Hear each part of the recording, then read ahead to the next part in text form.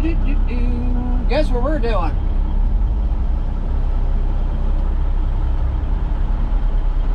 Last load of 3-inch. I never thought I'd see the day. Should have been hauling this stuff a week ago.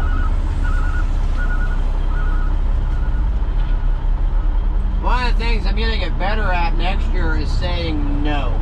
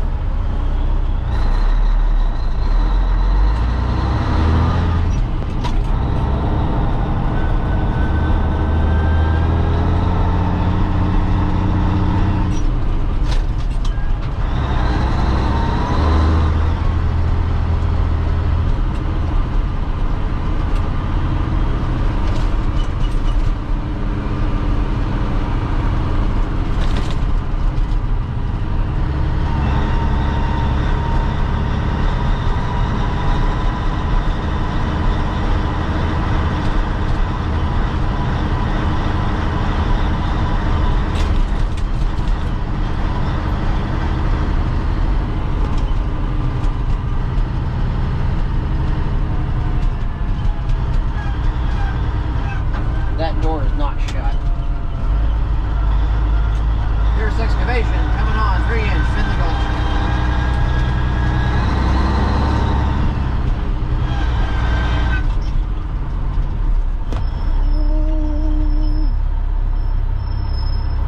I'll take about 1,000 pounds.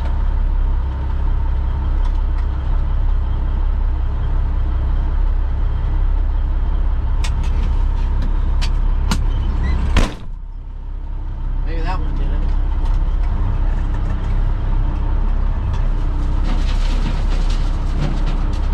That'll do it.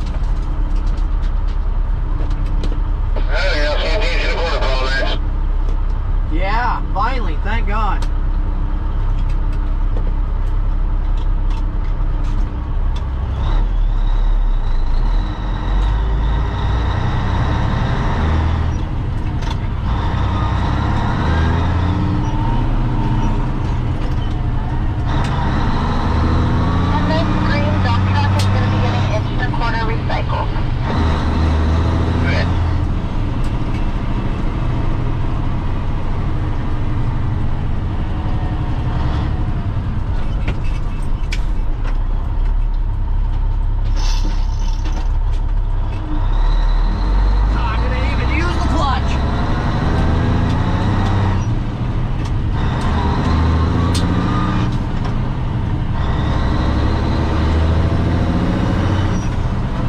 Got that door shut.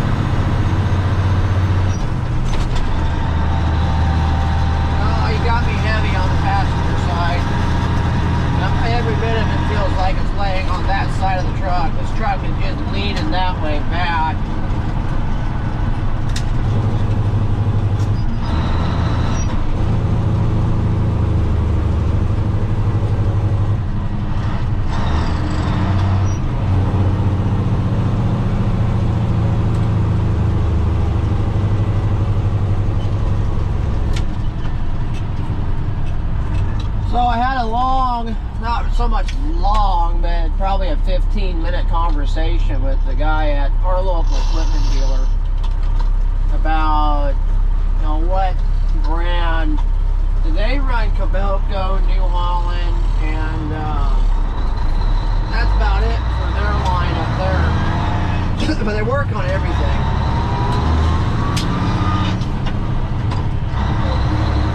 And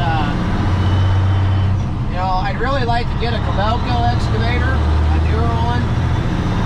But I just don't think we're going to be able to suck down that cost anytime soon. I mean, you're looking at $175,000 minimum for the 170 that we were looking at.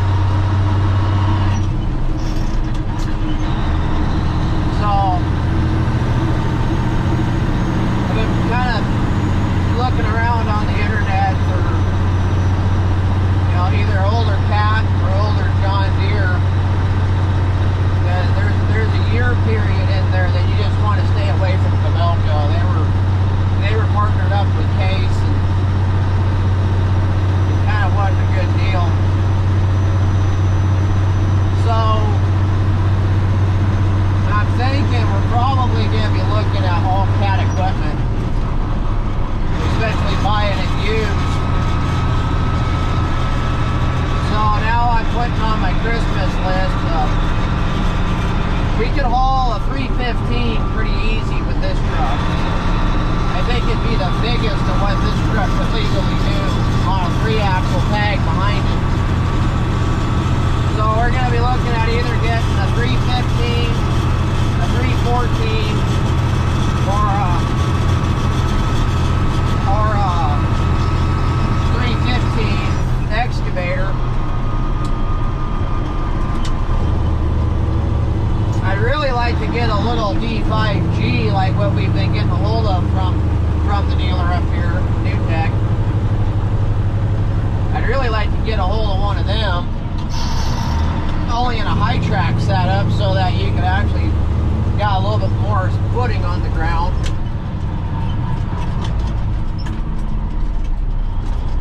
We're going to be looking at picking up a backhoe. Now I've been really kicking that one around.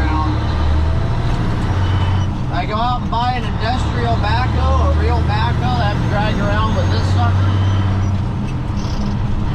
I finally got a price on this truck, and this truck is, I mean, what they want is about what it's worth, especially with that engine being rebuilt. If it's there in the spring, I think we're going to make a definite move on picking this truck up, as happened just as a runaround truck. But do I go with trying to pick up an industrial sized backhoe like a Cat 420? Or do I just go out and get, like what I talked about earlier, getting Kubota 60 horsepower tractor loader backhoe that you can pick the backhoe off and be more functional?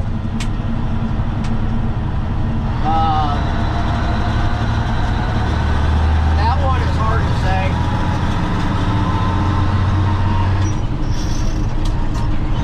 Now we got the tractor right now, and it's paid off at the beginning of next year.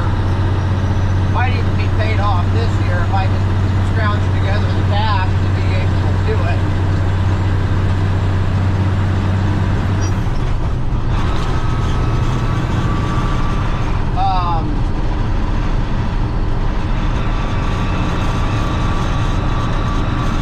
So we're just going to have to kind of look that one over.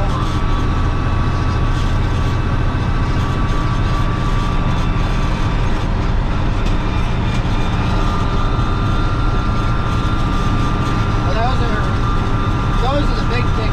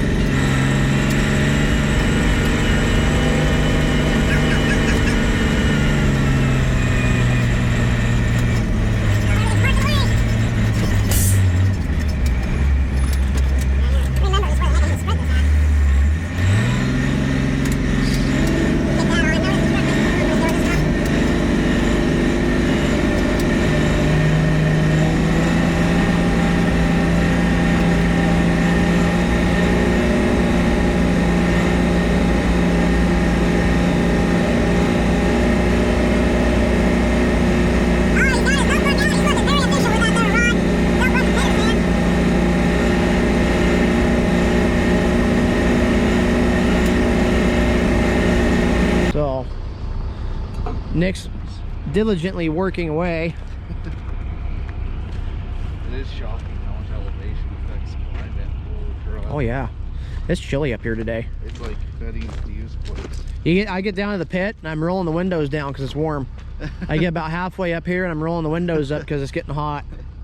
But anyway, so we got, what do you think? We probably went a couple 100 feet on that one. Yeah, that was quite an impressive one. It tapered off right there, so now I gotta jump on the track steer and kind of work it in a little bit. I mean, not the track steer, skip loader. Kind of work it in a little bit. Try and pack it down as best as I can. And then I go and start getting 1.25 inches and dragging it in. So what I would do, because we're gonna start down there on that end. How far down have you gotten here? Only about our 8th stake, so that's 5, 6, 7.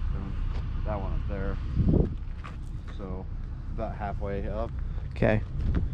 We got them written down on a piece of paper? Yes. Oh, I guess that works. And then I'll go behind and write down the grades. I just didn't want to misjudge the length of the... No, especially down through here where I just spread this out. Yeah. So, all right. Yeah, keep plugging away at that because we're gonna start down there. Okay. I'm not gonna spread doing the hammerhead. So if I get back and you're not done, I'll probably just back around and dump the first load over there at the beginning of the hammerhead so we can drag it out. Okay. And then by then you should be ready to go. Yes. And I'll start laying down 20-mile-an-hour spreads on this sucker. Nice. Power road build. Yeah. Well, that one wasn't 20, it was more like 10. Oh yeah. It seemed to do the job though. It should. Because I did when I was taking grades, it seems like we do sort of slope off a little this direction. I don't know why. I have no idea why it's thinner up on this side and thicker out on this side. Yeah, I don't know. I spread the same amount of rock around on it. But it's the elevation too. Yeah. Because we're shooting for flat across the plane. Yeah. So if we went same depth of rock on both sides, it'd be leaning. Yeah. So that's more than likely where my failure happened. Because I did all that with a Kubota tractor. Yeah. You know, true Stevens County road building right there. They were making fun of me at the dealership because of that. Yeah. Like, oh yeah, you graduated right up to the same level as everybody else, Stevens County, building road with a 33 horsepower Kubota. Like, well, you know, it gets it done. And it's a lifestyle, so you can't complain about it. And it's paid for. Yeah. And ready to go here. And I noticed that we got some little windshield breaking bastards up there on top of the box that are gonna wreak havoc going down the road. So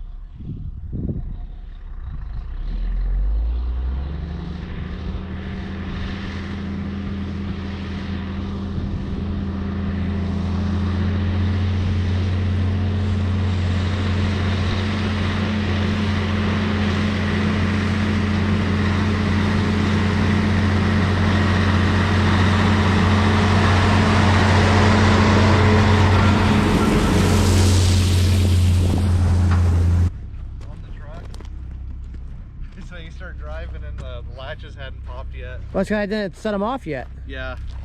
I got up to speed and purposely held on until I got to a certain point, and then I let them go. Yeah. So. And so I was all apprehensive about it, and then locked back. Look at that. That actually came out pretty dang good. Yeah. No, you got your spreads down, man. I've done a lot of spreading. I've spread at 35 miles an hour before. Oh, okay. Yeah. So it's... I've laid out a spread literally longer than this road.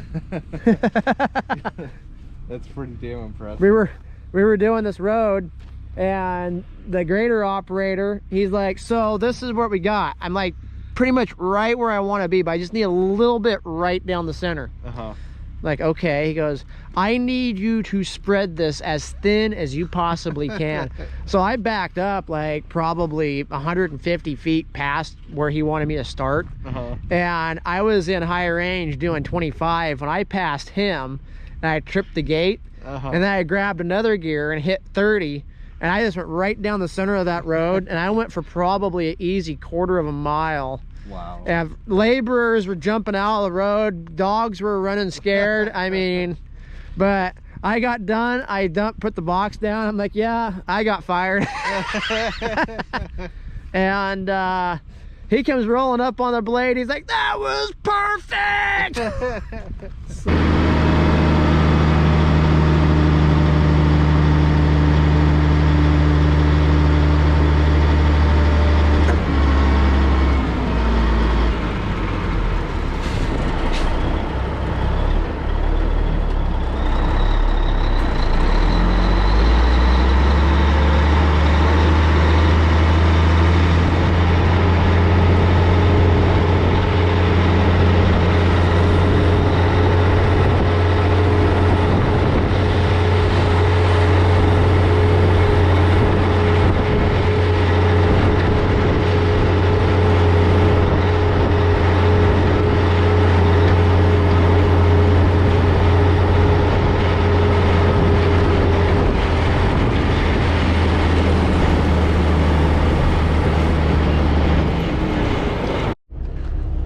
A little after, well, it's almost 2 o'clock, 1:39. We got a few super spreads down on the old project here. That one I almost ran out of road. Then next to him I have to go that way.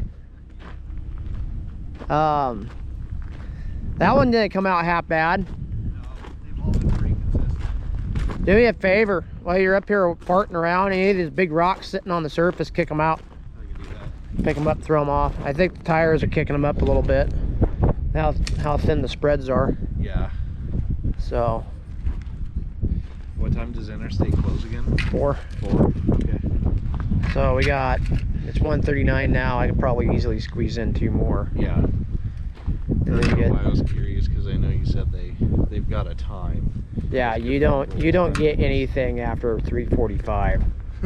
So I usually, if I'm rolling in there about 3:15, I call it good. Yeah. If I'm rolling in there at 2:45, I see what time it is when I get back here. Yeah. But if it's like 3:15 when I'm here, then it's like, nope, I'm not going back for more. Yeah, I'll go rolling in there, and they're all like, because they start at 7. Yeah. Which means they're on the clock at 6:30. Yeah. So you roll in there at like 3:45, 3:50, you'd better have like Hey, you're a like, presidential note or something. yeah, you're like the people who stay behind in a closed restaurant. Yeah. 10 minutes prior to closing. Yeah.